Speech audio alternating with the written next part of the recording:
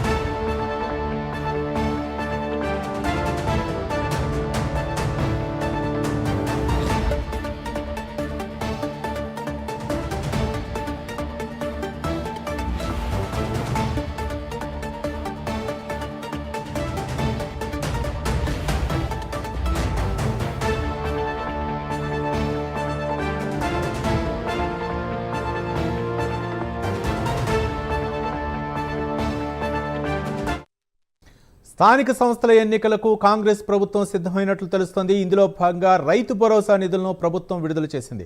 9 రోజుల్లో రైతుల ఖాతాల్లో రైతు భరోసా వేస్తామని ప్రకటించింది.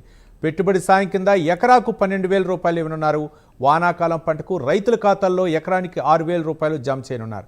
తొలి విడతగా 2 ఎకరాల లోపు రైతులకు రైతు భరోసా అందజేస్తారు.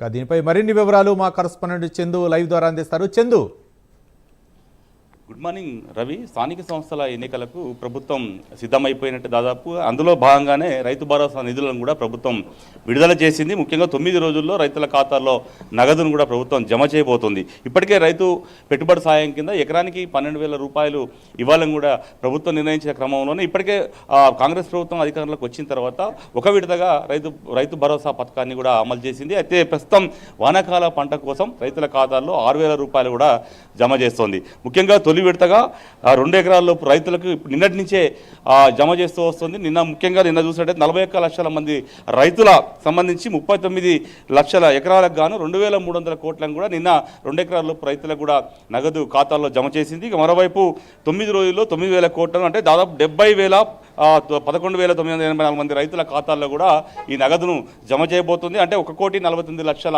ఎకరాలకు కూడా ప్రభుత్వం రైతు భరోసాను కూడా ఇవ్వబోతుంది. ప్రధానంగా చూసినట్టయితే కాంగ్రెస్ ప్రభుత్వం ఎన్నికల్లో హామీ ఇచ్చింది, ఎకరానికి 12,000 రూపాయలు ఇస్తామని చెప్పింది. అధికారంలోకి వచ్చిన తర్వాత ఒక విడతగా మాత్రమే రైతు భరోసా పథకాన్ని అమలు చేసింది. ఈ క్రమంలోనే ప్రభుత్వంపై విమర్శలు పెద్ద ఎత్తున వస్తున్నాయి. ముఖ్యంగా ప్రతిపక్షం ఏదైతే బీఆర్ఎస్ పార్టీ ఉందో ప్రధానంగా డిమాండ్ చేస్తూ వస్తుంది. గత కొంతకాలంగా రైతు భరోసా పథకాన్ని ఈ ప్రభుత్వం అమలు చేయడం లేదు, ఇప్పటికే ఒక పంటకు సంబంధించి ఎగ్గొట్టింది అంటూ కూడా పెద్ద ఎత్తున ప్రచారం చేస్తున్న క్రమంలోనే ఈసారి 9,000 కోట్ల రూపాయలను కూడా ప్రభుత్వం సిద్ధం చేసుకుంది. ఖచ్చితంగా రైతు భరోసాను అమలు చేయాలి. అయితే ప్రస్తుతం నిన్న 2 ఎకరాల లోపు రైతులకు రైతు భరోసాను వేశారు. ఈరోజు 4 ఎకరాల లోపు రైతులకు రైతు భరోసాను ప్రభుత్వం వేయబోతుంది. మొత్తంగా 10 ఎకరాల లోపు రైతులందరూ కూడా ఈసారి రైతు భరోసా పథకాన్ని అమలు చేయాలి, ఖచ్చితంగా వాళ్ళ ఖాతాలో వేయాలని కూడా డిసైడ్ అయింది. ఎందుకంటే స్థానిక సంస్థల ఎన్నికలు వస్తున్నాయి కాబట్టి ఖచ్చితంగా ఇప్పటికే ప్రభుత్వంపై వ్యతిరేకత ఉన్న క్రమంలో వ్యతిరేకత నుంచి పోగొట్టుకోవడానికి రైతు భరోసా పథకాన్ని ఇప్పుడు తీసుకొచ్చినట్టుగా కూడా తెలుస్తూ ఉంది. ఇందులో భాగంగానే ఈ ఏదైతే పథకాన్ని పూర్తి స్థాయిలో అమలు చేసిన తర్వాత నోటిఫికేషన్ విడుదల చేసి స్థానిక సంస్థల ఎన్నికలు వెళ్ళాలి, ఖచ్చితంగా ఎంపీటీసీ జెడ్పీటీసీ ఎన్నికల్లో విజయం సాధించాలని కూడా ఇటు కాంగ్రెస్ పార్టీ భావిస్తున్న క్రమంలోనే రైతు భరోసాను తీసుకొచ్చింది. ఎందుకంటే 2018లో రైతు బంధు పేరుతో బీఆర్ఎస్ పార్టీ అధికారంలోకి వచ్చింది. ముఖ్యంగా రైతు బంధు పథకమే అధికారాన్ని నిలబెట్టింది కాబట్టి అప్పుడు ఎకరానికి 10,000 రూపాయలు వేశారు. ఈ క్రమంలోనే కాంగ్రెస్ అధికారంలోకి వచ్చేందుకు ఎకరానికి 15,000 రూపాయలు రైతు భరోసా పథకాన్ని ఇస్తామని చెప్పినప్పటికీ కూడా రాష్ట్ర ఆర్థిక పరిస్థితి బాగాలేనందున 12,000 రూపాయలు మాత్రమే ఎకరానికి ఇస్తామని చెప్పింది 2 విడతలుగా. కాబట్టి భవిష్యత్తులో 15,000 చేస్తామని చెప్పి, కానీ ప్రస్తుతం 12,000 వేస్తుంది. అది కూడా ఒక పంటకు ఎగ్గొట్టింది అనేటువంటి విమర్శలు ఎదుర్కొంటున్న క్రమంలోనే ఈసారి రైతు భరోసా పథకాన్ని పకడ్బందీగా అమలు చేయాలని కూడా ప్రభుత్వం భావిస్తోంది. అందులో భాగంగానే రైతు భరోసాను నిన్నటి నుంచే ప్రభుత్వం రైతుల ఖాతాలో విడుదల చేసే ప్రక్రియను అయితే మొదలుపెట్టింది. ఈరోజు 4 ఎకరాల రూపు రైతులకు రైతు భరోసా వేసి ఇట్లా 9 రోజుల పాటు మొత్తంగా రైతుల ఖాతాల్లో జమ చేయాలని కూడా ప్రభుత్వం భావిస్తోంది. రవి. రైట్ చందు, అంటే స్థానిక సంస్థల్లో గెలిపే లక్ష్యంగా కాంగ్రెస్ ప్రభుత్వం ముందడుగేసింది అనుకోవచ్చా? ఖచ్చితంగా. అంటే 18 నెలల కాంగ్రెస్ పాలనలో ముఖ్యంగా రైతు రుణమాఫీ, రైతు భరోసా ఈ 2 పథకాలే కాంగ్రెస్ పార్టీని మేజర్గా అధికారంలో తీసుకొచ్చని చెప్పి, దీంతో పాటు ఇందిరమ్మ ఇండ్లు, ఈ 3 పథకాలే మేజర్గా కాంగ్రెస్ పార్టీ అధికారంలో రావడానికి కారణం. ఈ క్రమంలోనే మొదట అసలు రైతు భరోసా పథకాన్ని 15,000 ఇస్తామని ప్రభుత్వం ప్రకటించినప్పటికీ రైతు రుణమాఫీ కోసం దాదాపు 20,000 కోట్ల రూపాయలు ప్రభుత్వం ఖర్చు చేసింది. ఈ క్రమంలో 20,000 కోట్ల రూపాయలు ఒకేసారి రైతులకు వేయడం వల్ల రైతు భరోసా పథకానికి నిధులు లేకుండా పోయాయి.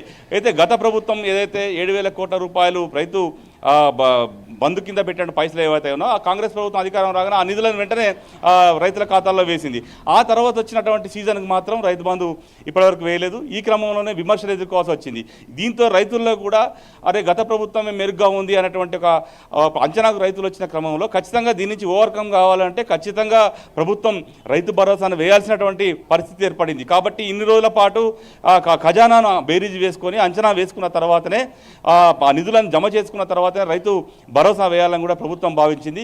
ఖచ్చితంగా అంటే ఇప్పుడు రైతు భరోసా రైతుల ఖాతాల్లో వేయడం ద్వారా మళ్ళీ రైతుల మన్ననలను పొందాలనేటువంటి అభిప్రాయంలో సర్కారు ఉంది. ఈ క్రమంలోనే రైతు భరోసా నిధులను 9 రోజుల పాటు విడతల వారీగా విడుదల చేసి ఖచ్చితంగా తర్వాత ఎన్నికలకు వెళ్ళాలి, ఖచ్చితంగా ఎన్నికల్లో విజయం సాధించాలి, మళ్ళీ ఎక్కడైతే పోగొట్టుకున్నటువంటి గౌరవాన్ని రైతుల్లో నిలబెట్టుకోవాలనేటువంటి ఒక అంచనాతో ప్రభుత్వం ఉన్న క్రమంలోనే రైతు భరోసా నిధులను విడుదల చేస్తోంది. రవి.